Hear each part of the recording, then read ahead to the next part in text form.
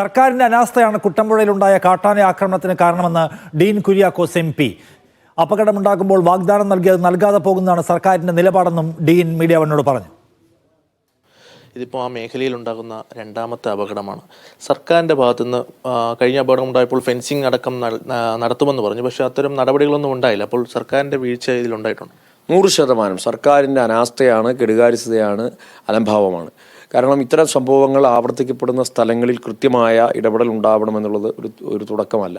അല്ലെങ്കിൽ അതിന് ഗവൺമെൻറ്റിന് മറ്റൊന്നും ആലോചിക്കേണ്ട കാര്യമില്ല. ഓരോ സംഭവങ്ങൾ ഉണ്ടാകുമ്പോൾ ഇനി മേലിൽ ആവർത്തിക്കാതിരിക്കാനുള്ള എല്ലാ സജ്ജീകരണങ്ങളും ചെയ്യുമെന്ന് വാഗ്ദാനം ചെയ്ത് കടന്നു പോകുന്ന മന്ത്രിമാരും അതുപോലെ സർക്കാരും യാതൊന്നും ചെയ്യുന്നില്ല എന്നുള്ളതിൻ്റെ ഉദാഹരണമാണ് വീണ്ടും വീണ്ടും ഈ മനുഷ്യജീവനുകൾ ഇത്തരത്തിൽ പൊലിഞ്ഞു വീഴുമ്പോൾ നമുക്ക് മനസ്സിലാക്കാൻ കഴിയുക.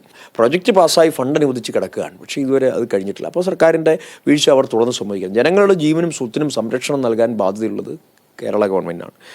ആ ഭാഗം കേരള ഗവൺമെൻറ് ഒട്ടും തന്നെ ചെയ്യുന്നില്ല. അതോടൊപ്പം തന്നെ കേന്ദ്ര സർക്കാരിനെ സംബന്ധിച്ചിടത്തോളം നയപരമായ ഒരു തീരുമാനം ഉണ്ടാവണം. തുടർച്ചയായി ഉണ്ടാകുന്ന കാട്ടാന ആക്രമണം, വന്യമൃഗ ആക്രമണം ഇത് ചൂണ്ടിക്കാണിച്ചുകൊണ്ട് ലോക്സഭയിൽ ഇന്ന് അടിയന്തര പ്രമേയത്തിന് നോട്ടീസ് നൽകിയിട്ടുണ്ട്.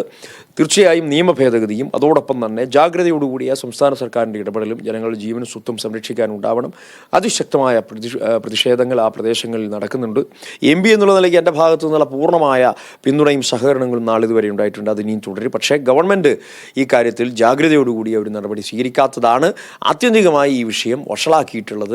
ആ മേഖലയിൽ വഴിവിളക്ക് പോലും ഇല്ലായിരുന്നു. ഇതുകൂടാതെ തന്നെ വനം വകുപ്പിൻ്റെ ജീവനക്കാർ ഇങ്ങോട്ടെത്തിയും പകുതി വഴിയിൽ ഡീസൽ തീർന്ന് നിൽക്കുന്നു. അപ്പം സർക്കാർ സംവിധാനങ്ങൾ തകരുന്നൊരു സാഹചര്യമാണ്. ഇപ്പം വനം വകുപ്പൊക്കെ എത്താതിരിക്കും വലിയ രീതിയിലുള്ള പ്രതിഷേധം അതിലുണ്ടായി. ഞാൻ തന്നെ ഈ വിഷയത്തിൽ പലപ്പോഴും ഇത്തരം വിഷയങ്ങളിൽ ഇടപെടുമ്പോൾ വനം വകുപ്പിൻ്റെ ഉദ്യോഗസ്ഥന്മാർ ഞങ്ങൾക്ക് വാഹനമില്ല, ഡീസലില്ല, ഇങ്ങനെയുള്ള മറുപടികൾ ഞാനും കേട്ടിട്ടുണ്ട്. അപ്പം ഇതൊക്കെ സത്യമാണ്.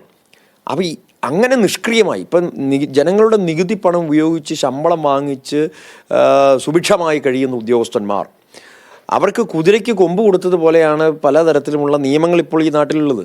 ഡീൻ കുര്യാക്കോസിന്റെ പ്രതികരണമാണ് കണ്ടത്. സർക്കാരിന്റെ സംവിധാനങ്ങൾ ശരിയാവണ്ണം പ്രവർത്തിക്കുന്നില്ല എന്ന്.